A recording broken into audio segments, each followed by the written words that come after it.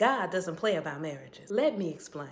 There was this instance where me and my husband were upset at each other, and we went to bed without talking things through. Now, many of you don't know that I'm a prophetic dreamer. And that night, the Lord gave me a dream. And in the dream, I saw the angels of the Lord come to my bed, shaking me awake. And after shaking me, the angels moved over to my husband's side of the bed.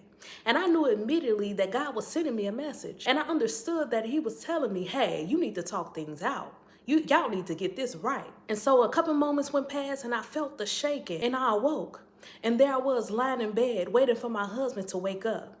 And eventually he got up and he walked to the dresser and he returned back to bed. But he didn't say anything and I didn't speak either. Thinking that he might be waiting for me to say something first, right? Then I started talking to God. I'm like, oh, okay, Lord, I see you really want me to say something first. Honestly, I was still upset and I didn't want to say nothing. But I didn't want to be disobedient to God either. So we spoke and we came to common ground. That moment made me realize just how serious God is about marriage. It's a sacred covenant and he doesn't want division or silence to take root. That experience, God showed me that marriage requires humility, communication, and obedience. We're called to forgive and bear with one another, just as it is written in Colossians 3:13. It says, bear with one another, forgive one another, and if any of you have grievance against someone, forgive, just as the Lord forgave you. 1 Corinthians 13:4-7 reminds us of what love in marriage and in any relationship should look like.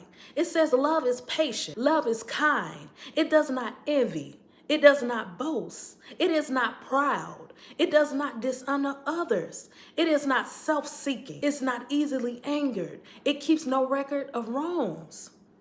Through this experience, I now understand that marriage isn't just about avoiding conflict. It's about growing in love and humility and forgiveness. When we let God lead, he can guide us through even the toughest times.